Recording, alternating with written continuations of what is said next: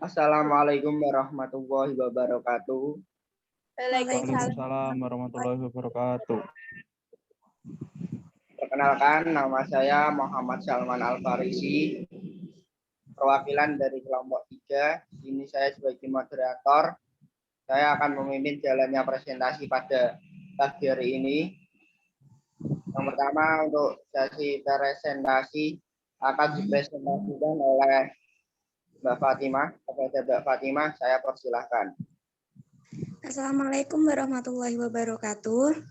Waalaikumsalam warahmatullahi wabarakatuh. Nama saya Fatimah binti Huda dari kelompok 3. Saya akan mempresentasikan tentang pengaruh pertumbuhan dan perkembangan terhadap peningkatan kesehatan anak. Lanjut. Lanjut, Mas.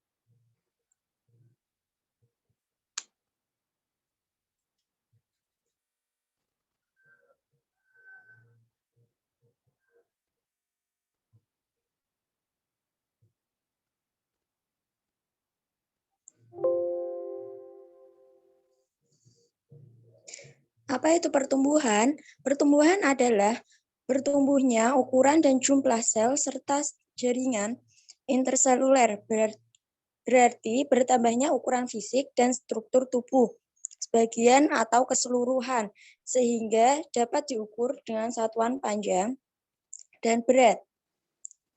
Lanjut.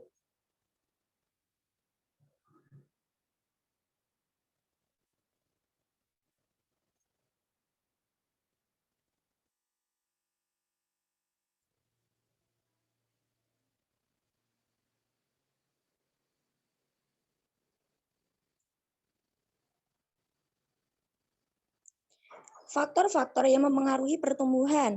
Pertumbuhan dipengaruhi oleh dua faktor utama, yaitu faktor internal atau yang biasa disebut dengan genetik dan faktor eksternal atau yang disebut dengan lingkungan. Faktor internal antara lain yaitu jenis kelamin, obstetrik, dan ras atau suku bangsa.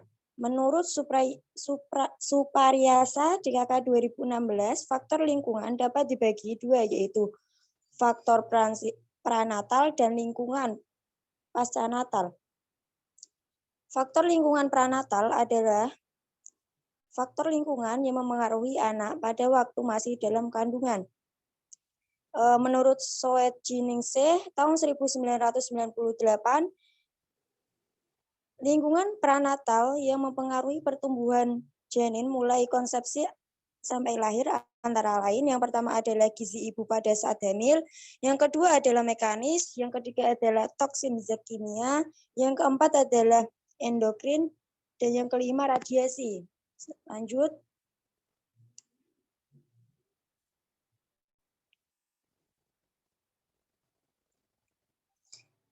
Selanjutnya yang faktor lingkungan pasca natal yang terpengaruh terhadap pertumbuhan anak, yaitu yang pertama lingkungan biologis, yang kedua lingkungan fisik, dan yang ketiga keadaan sanitasi lingkungan, yang keempat faktor psikososial, yang kelima faktor keluarga dan adat istiadat, dan yang terakhir faktor sosial ekonomi. Lanjut. Pengertian perkembangan. Perkembangan adalah bertambahnya kemampuan atau skill dalam struktur dan fungsi tubuh yang lebih kompleks dalam pola yang teratur dan dapat diramaikan sebagai hasil proses pematangan. Perkembangan menyangkut adanya proses diferensiasi sel-sel tubuh, jaringan tubuh, organ, dan sistem organ yang berkembang sedemikian rupa sehingga masing-masing dapat memenuhi fungsi di dalamnya, termasuk pula perkembangan emosi, intelektual, dan tingkah laku sebagai hasil interaksi dengan lingkungannya. Lanjut. Beberapa gangguan tumbuh kembang yang sering ditemukan. Yang pertama adalah gangguan bicara dan bahasa, yang kedua adalah cerebral palsy, yang ketiga adalah sindrom Down, yang keempat perawakan pendek atau yang disebut stunting, yang kelima gangguan autisme, yang keenam retardasi mental, dan yang terakhir gangguan pemusatan perhatian dan hiperaktivitas. Lanjut. Deteksi dini tumbuh kembang anak atau DDTK. Apa sih itu deteksi dini tumbuh kembang? Deteksi dini tumbuh kembang yaitu kegiatan pemeriksaan untuk menemukan secara dini adanya penyimpangan tumbuh kembang pada balita dan anak prasekolah. Dengan ditemukan secara dini penyimpangan tumbuh kembang anak, maka intervensi akan lebih mudah dilakukan. Tenaga kesehatan juga mempunyai waktu dalam membuat rencana tindakan yang tepat, terutama ketika harus melibatkan ibu atau keluarga. Lanjut. Teori perkembangan. Yang pertama adalah teori Sigmund Freud. Menurut teori perkembangan psikoseksual yang digagas oleh Sigmund Freud, diyakini bahwa pengalaman di masa kecil dan hasrat alam bawah sadar berpengaruh terhadap perilaku seseorang. Dan yang kedua, teori Erik Erikson. Teori psikososial datang dari Erik Erikson dan hingga kini termasuk yang paling populer. Dalam teorinya terdapat 8 tahapan perkembangan psikososial seseorang yang fokus pada interaksi sosial dan konflik. Jika teori Freud fokus pada aspek seksual, menurut Erikson justru interaksi sosial dan pengalaman yang menjadi penentu. Yang ketiga adalah teori Jean Piaget.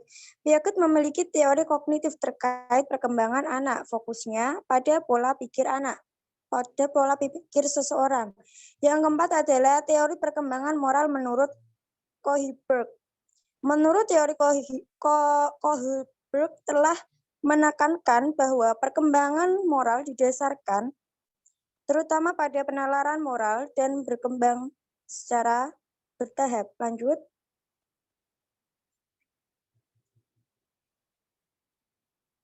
Makasih. Assalamualaikum warahmatullahi wabarakatuh.